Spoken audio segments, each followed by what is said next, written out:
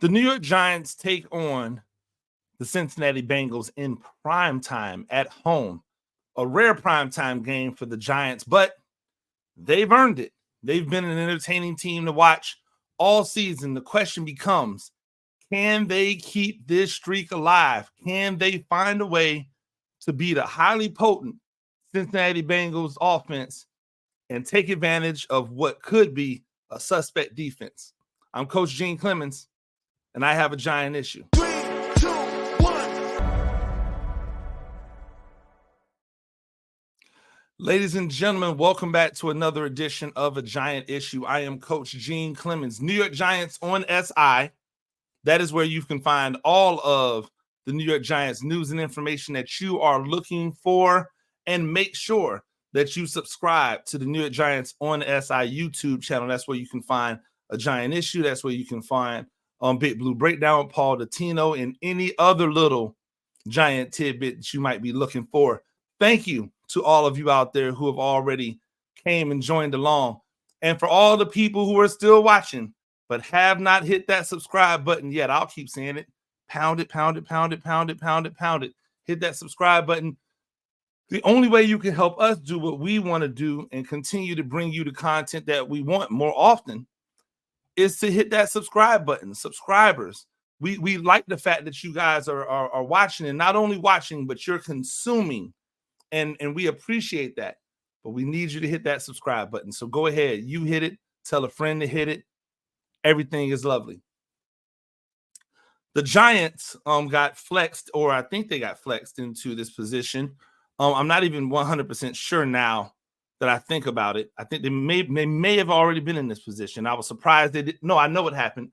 I was surprised they didn't get flexed out of this position, but CBS exercised their right to keep the game, which was the Ravens game, which probably should have been flexed to this position. Now, for all of you to have to work on Monday, sorry, buddy.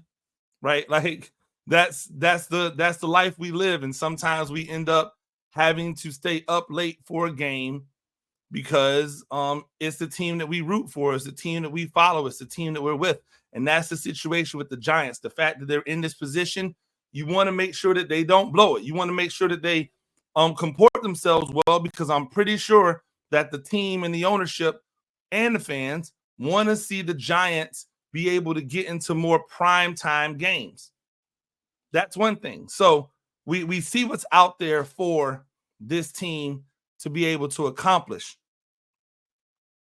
We saw what the Seattle defense was able to do early on versus or later versus Brock Purdy. They held their own versus the San Francisco 49ers passing attack. They gave up some stuff to some people, but overall not a bad showing. So the fact that the Giants were able to move the ball through the air the way they were versus Seattle is a good thing.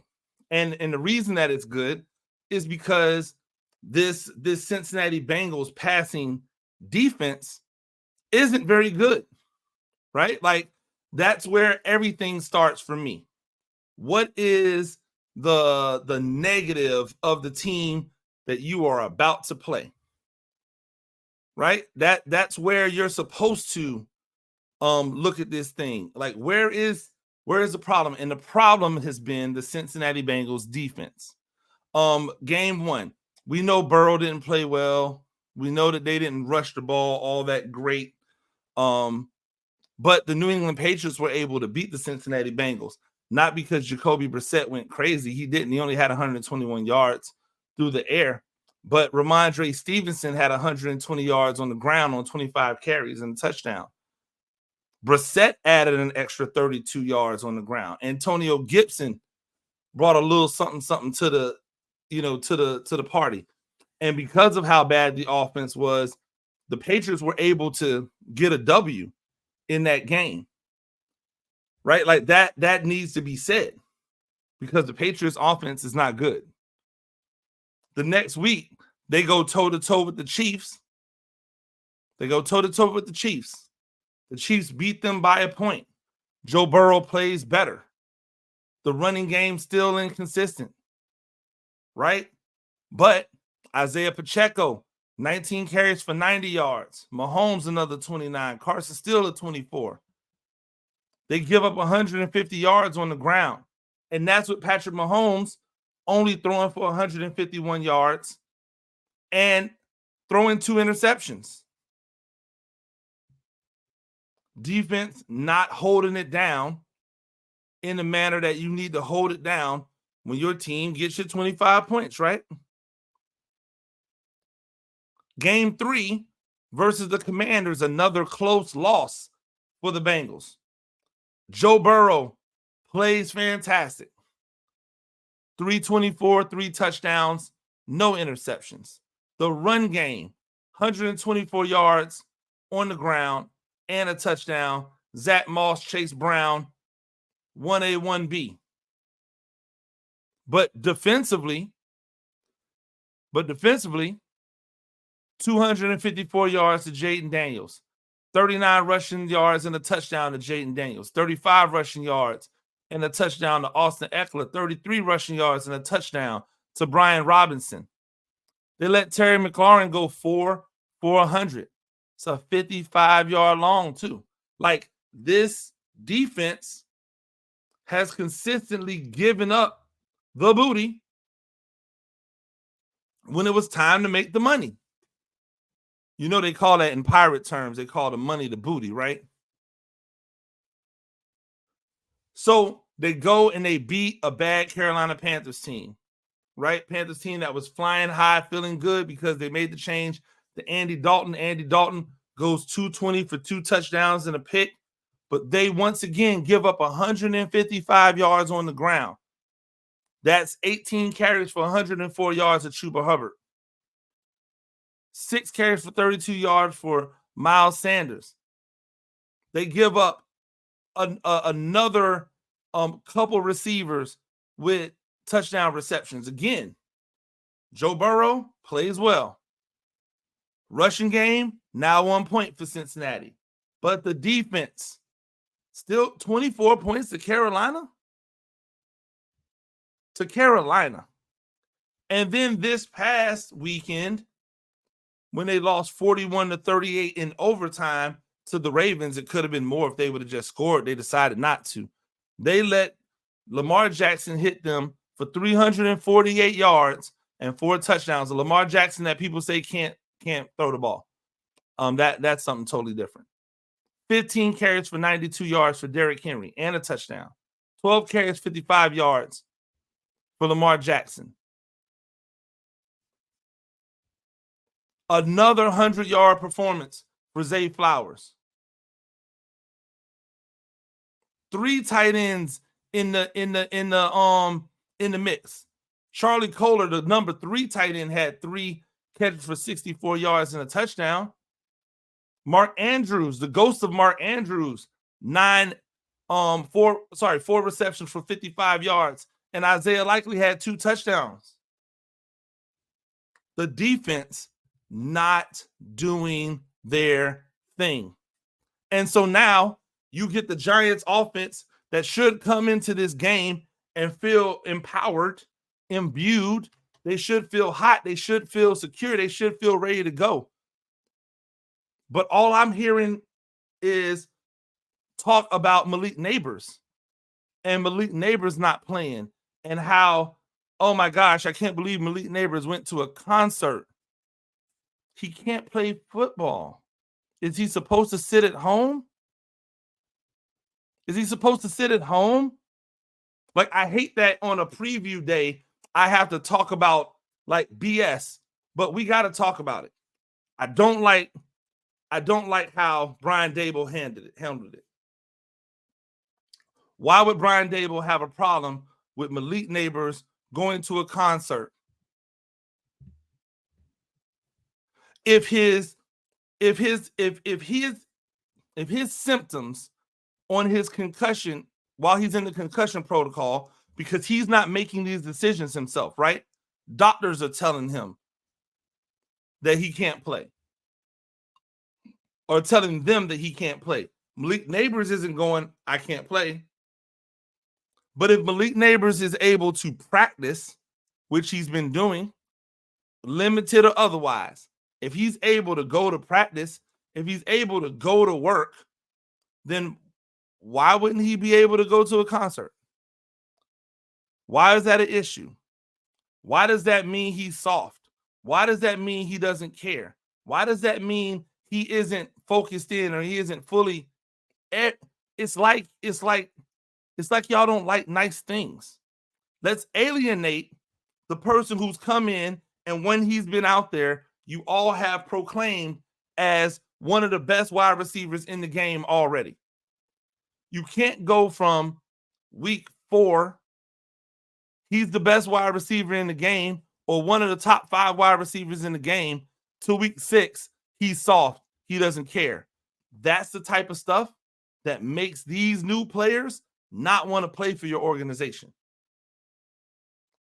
That's the type of like criticism that y'all say makes it difficult to play in New York.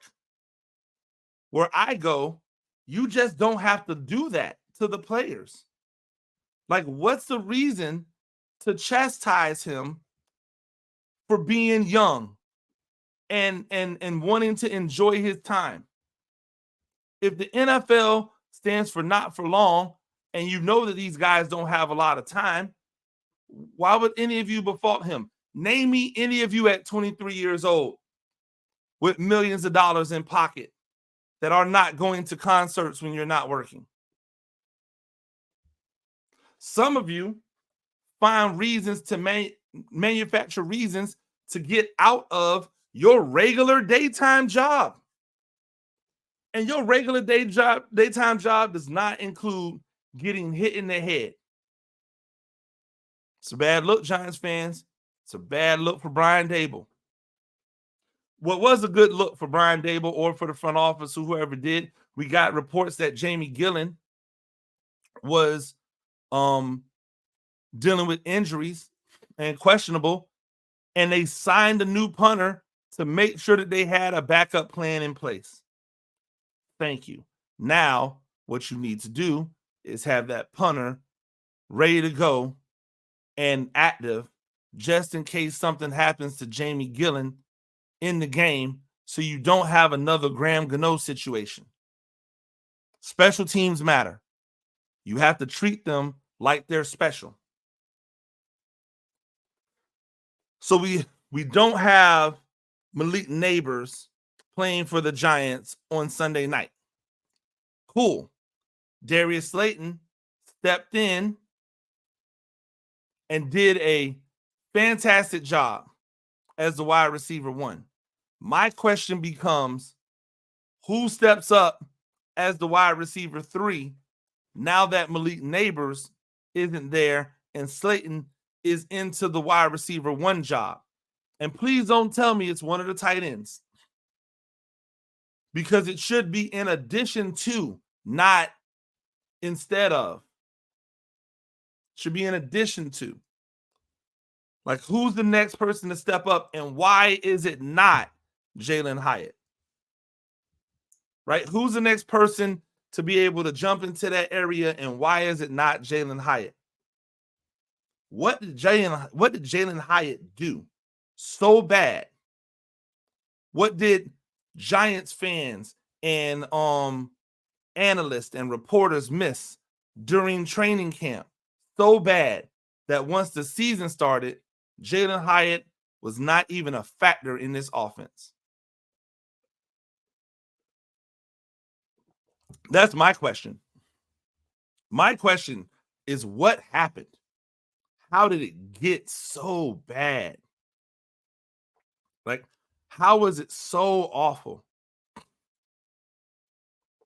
How is it so awful that nobody, you know what I'm saying? Like, nobody has come back to say, wait a minute, we drafted this guy, we think he's a talent, we have a guy out, we've got to play him. Nope. Nobody's come back and said that. Nobody's made that a thing. Nobody's turned that around. Like, come on, people. This doesn't make any sense. And if something is up, and if he really is in the doghouse, then why do you have to hide it? Just say, hey, Jalen Hyatt will get on the field when he does X. So that Jalen Hyatt can come out and go, that's some BS. I'm doing X. They ain't really. It's almost like you're holding him hostage now. And I'm not even the biggest Jalen Hyatt guy. But you're not going to tell me that you can't put him out on the field more often. Like, he's not running routes. That's a problem. We keep on seeing them want to put these two tight ends up, and I'm like, that's not the greatest like avenue for success, but they're doing okay with masquerading these two tight ends out there. I don't know. I don't understand it. On the flip side, that's where the big question comes, right? On the flip side, when we flip it over, that's where we're really going to be concerned, because this offense has an ability to put up major amounts of yards. This offense has the ability to be special. Versus the Ravens last week, Joe Burrow had 5 touchdowns and almost 400 yards on 39 passes. He only threw the ball 39 times. He was 30 for 39 for almost 400 yards and 5 touchdowns. Giants fans, it could happen to you. It could happen to you. Why? Because they have one of the best wide receivers in the game in Jamar Chase. They have one of the best, if not the best, number 2 wide receiver in the game in T. Higgins. And then they have a host of other guys that will get you a first down or a long play. Andre Yosivas, the number 3 wide receiver for them, only had 1 reception, but it was for 39 yards. The running backs get involved in the passing game. Chase Brown had a passing touchdown.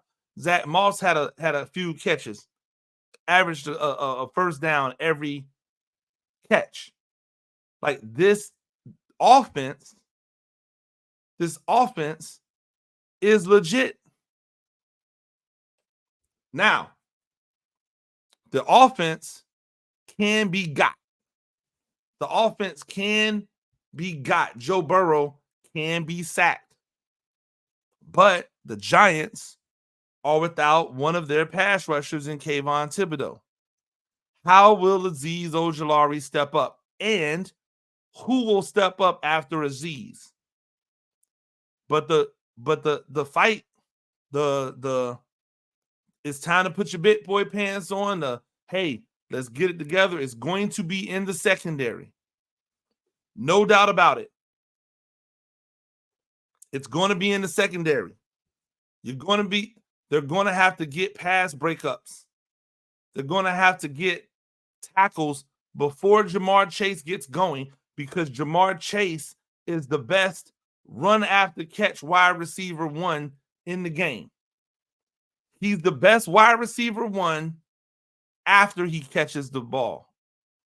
Like, pre-catch, I would say Justin Jefferson is probably the best the best wide receiver in the game right now catching, right? But after the catch, that goes to Jamar Chase, because he's bigger than Tyreek Hill. Like, I think Tyreek Hill is special, and obviously he has the speed advantage, but he's also smaller, whereas Jamar Chase is a load to bring down, like a load. So, like, of the number one wide receivers, of the wide receiver ones, I would say Jamar Chase is the best after the catch. And Justin Jefferson is the best up until the catch, or up to and including the catch. That's how I would categorize it, right? This is a tough one, right? This is a difficult matchup. But if the Giants want to be successful versus Cincinnati in the passing game, they got to keep them in front of them. They can't allow them to get vertical, because if they allow them to get vertical and stretch the defense, then the rushing lanes are going to open up for two guys who are good backs. The underneath stuff is going to open up from some tight ends and some wide receiver 2s and 3s that are going to operate. So they have to find a way. They have to find a way to condense the field. Keep everything in front of them.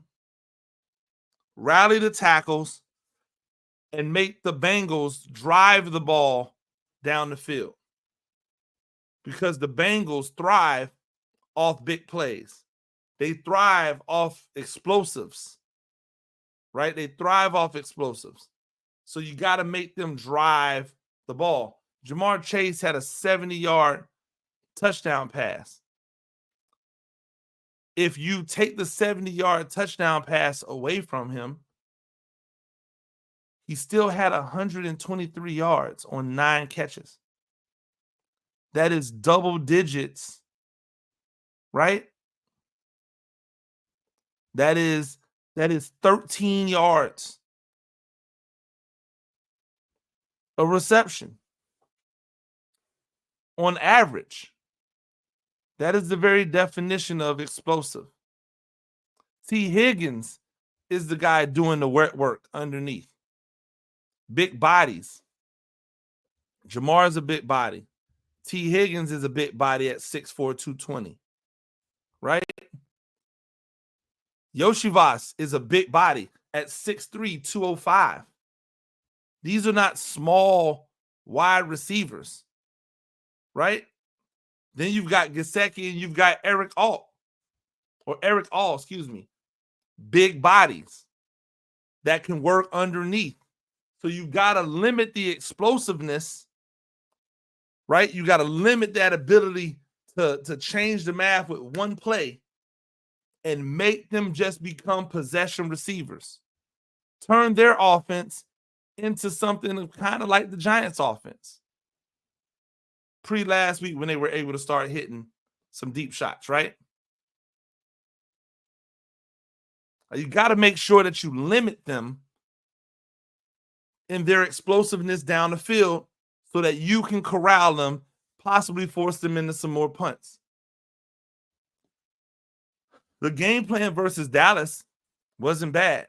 The problem was the offense didn't put up touchdowns. They put up field goals. The game plan last week, very similar, except this time the offense was able to put up touchdowns instead of field goals. Think about it. 5 scoring possessions.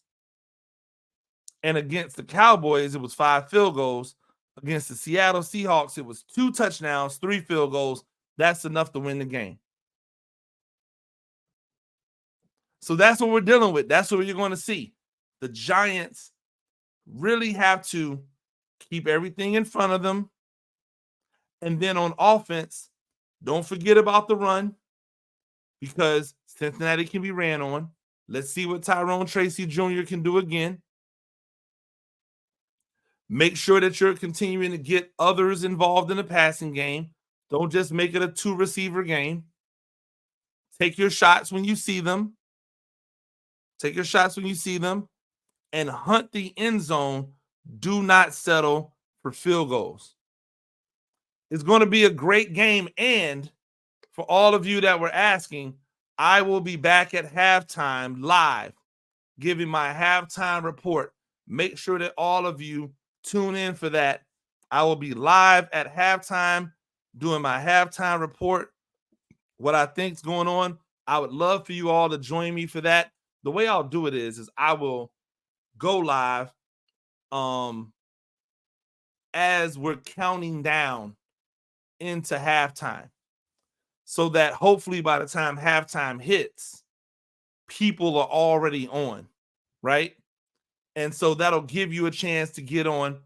You'll see the notification for that pop up here tomorrow morning.